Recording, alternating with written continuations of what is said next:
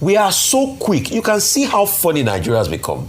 We are quick to arrest protesters that protest against insecurity that the government can solve, while the bandits, we negotiate with them. Authorities are not responding to the issue. There are many cases. Look at the case of the couple kidnapped. That case is still there. Only, I think the wife has been released. The husband had to sell his home. People are now selling their homes to raise ransom. Yeah. And this is happening. Members of the public are calling for justice for students of Ambrose Ali University in Ekpoma. These calls come after a new video emerged on Monday that shows a group of students cramped in the back of a truck being taken to Ubiaja prison. Now, earlier on Monday, a Benin High Court ordered them to the jail, saying that they were part of a group of people behind protests that turned violent on Saturday against the state's consistent insecurity. Let's take a look.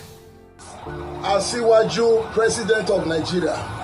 These are the crying faces that are sent to Ubiaja Correctional Center for what they know nothing about. Sir, we did not participate in that protest.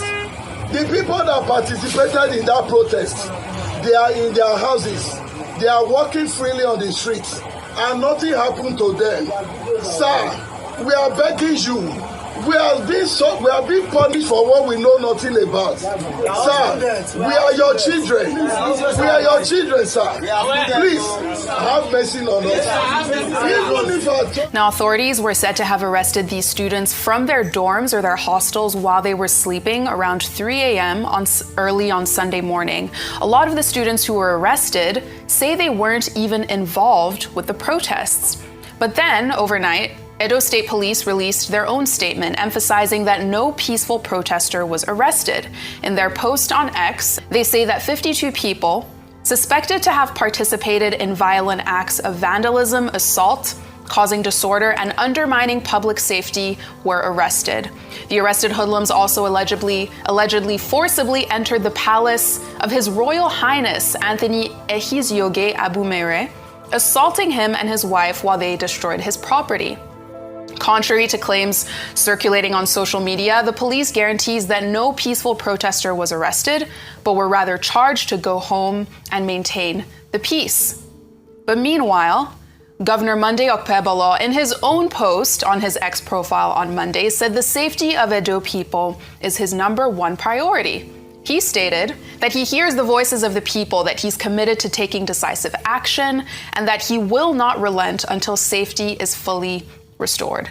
Either way, people in Edo State are angry.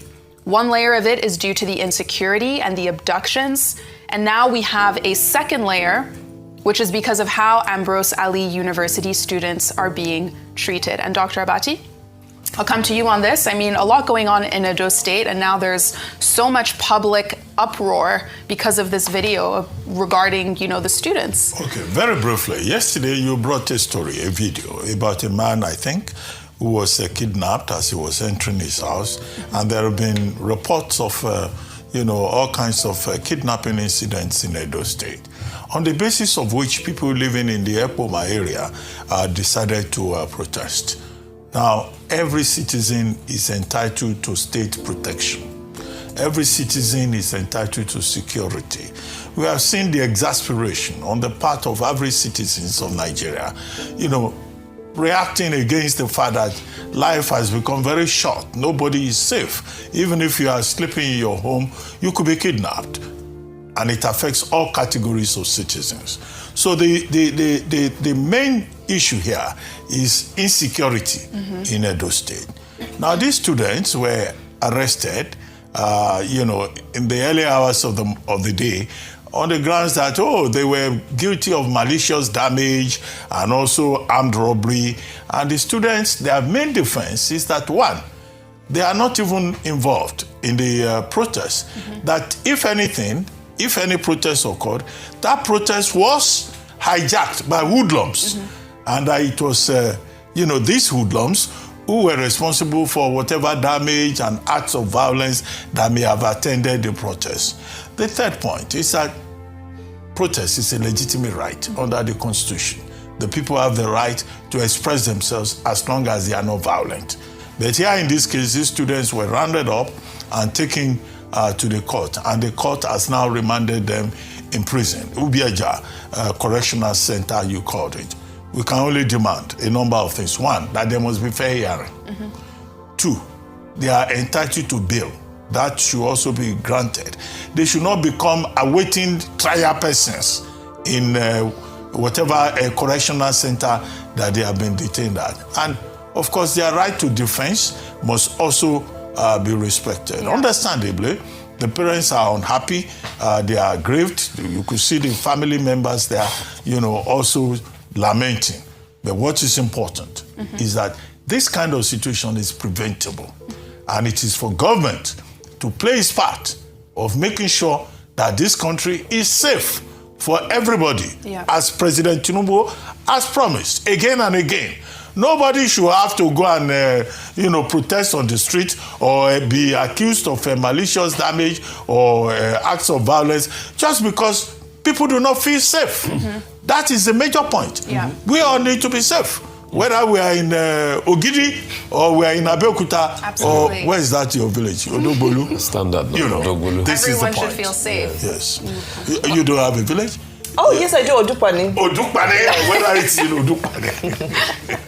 I think the part of the story we are missing is the way the security forces reacted to the protest. So there's a story of Osage Abraham, 32-year-old, that is currently receiving treatment at Eromele Medical Center in Ekpoma because he was shot by a military officer during the protest. The question is, since NSAS, the likes of Femi Falana SN has always spoken about the fact that Nigerian police lacks the capacity and our security forces lacks capacity to be able to handle protests. One would have thought, how did they handle the protest? Were they water cannons? I'm definitely sure there was no water cannons. What were the other methods they used to be able to quell the protest? Why will it resort to the use of live rounds being fired? You see, when we say Nigeria happened, what we are just saying is a system defect and a system error. But you see, the emergency lovers of Nigeria that do not understand system engineering will say we are demarketing Nigeria. And that's why the delusion is on them.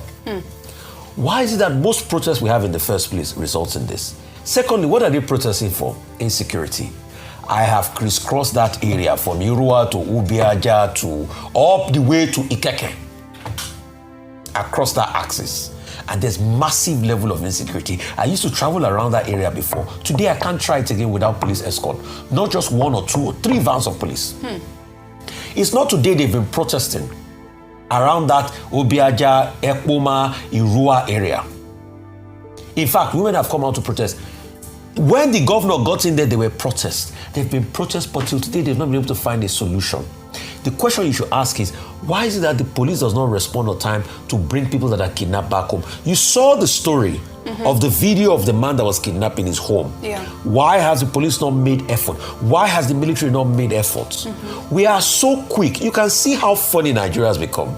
We are quick to arrest protesters that protest against insecurity that the government can't solve, while the bandits, we negotiate with them. The states, like Katsina State, negotiate with the criminals. When 16 hunters were killed, the governor of Edo State was quick to go and do commiserations in Kano. Right. But people are being arrested, people are being kidnapped, and nothing comes out of it here.